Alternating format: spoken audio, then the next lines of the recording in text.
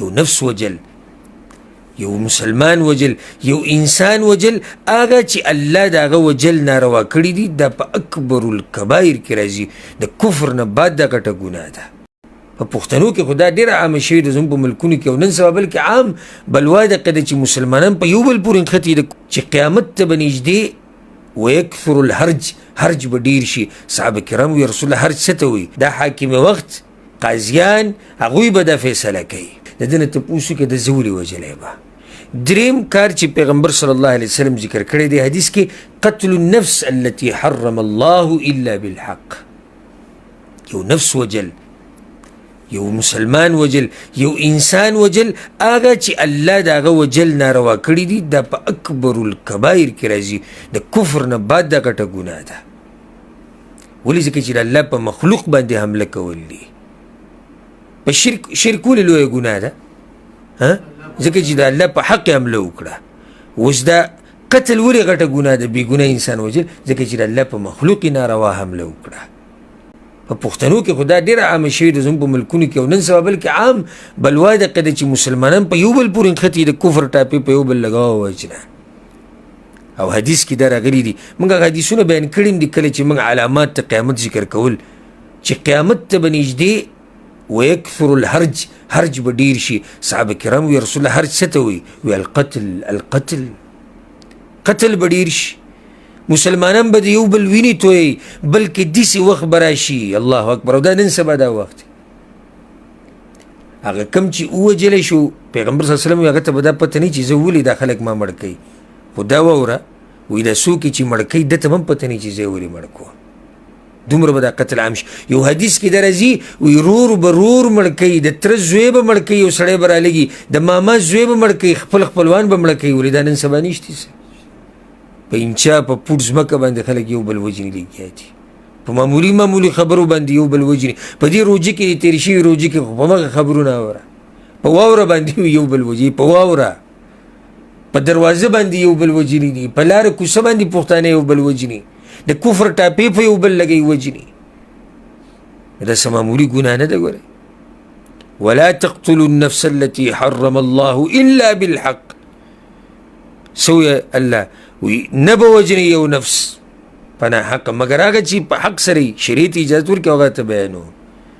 سخت وعید په دې باندې راغلی، د معمولي خبره نه ده. ګورئ، ومن يقتل مؤمنا متعمدا، او چا چې یو مؤمن مړ کو متعمدا قصدا عمدن مړ کو، واورئ د معمولي خبره نه ده، فجزاؤه جهنم خالدا فيها، جهنم ته به ځي همیشه د پاره وي. وغضب الله عليه، الله ده ته په غضب او په غصه کې دی. ولعنه، لعنت پې وي الله. واعد له عذابا عظیما، او د ده دپاره الله لوی عذاب تیار کړی دی. د معمولي ګناه ده؟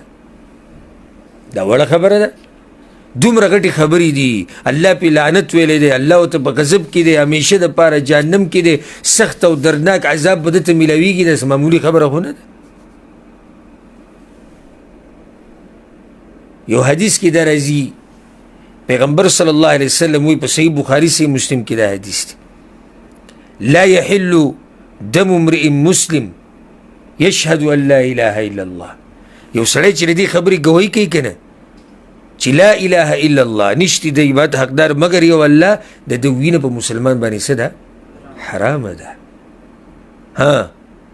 خو بیا پیغمبر صلی الله علیه وسلم دا وضاحت کړی دی په هغه حدیث کې، الا باحدى ثلاث.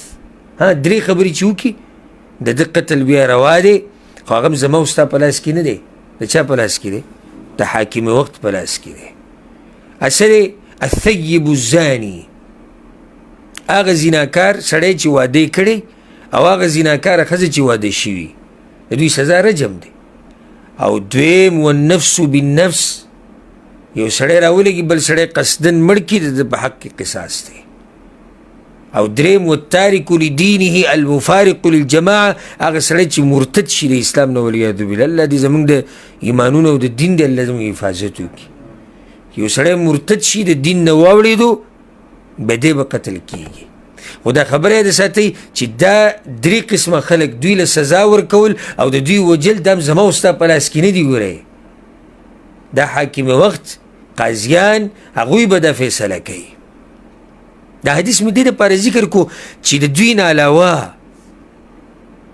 بېګناه نفس وجل تر دې چې یو کافر ګوره کافر چې د مسلمانانو سره عهد یو لوز یو ذمي کافر او ټیکس ورکوي دی هم نشي قتل کولی بلکې حدیث کې خدا راځي چې چا داسې کافر مړ کو د باندې به د جنت خوشبو نه لګي د جنت خوشبو به پې نه لګي نو ستاسو څه خیال دی چې یو سړی راولګي یو مسلمان وجني یو سړی کلمه وایي یو سړی موحد دی او وجني دی به څه جواب ورکوي اسامه رضی الله عنه چې کله هغه سړی مړ کو هغه کلمه ووایي او ده مړ کو پیغمبر صلی الله علیه وسلم ورته اسامه د قیامت په ورځ به د دې کلمې سره څه کوې الله اکبر څومره د یېرې خبره ده د قیامت په ورځ به د دې کلمې سره څه کوې دا کم خلک چې د مسلمانان وجني بې ګناه زه دوی ته وایم د قیامت په ورځ به د کلمې سره څه کوئ څه جواب به ورکوئ چې دا کلمه د الله په مخ کې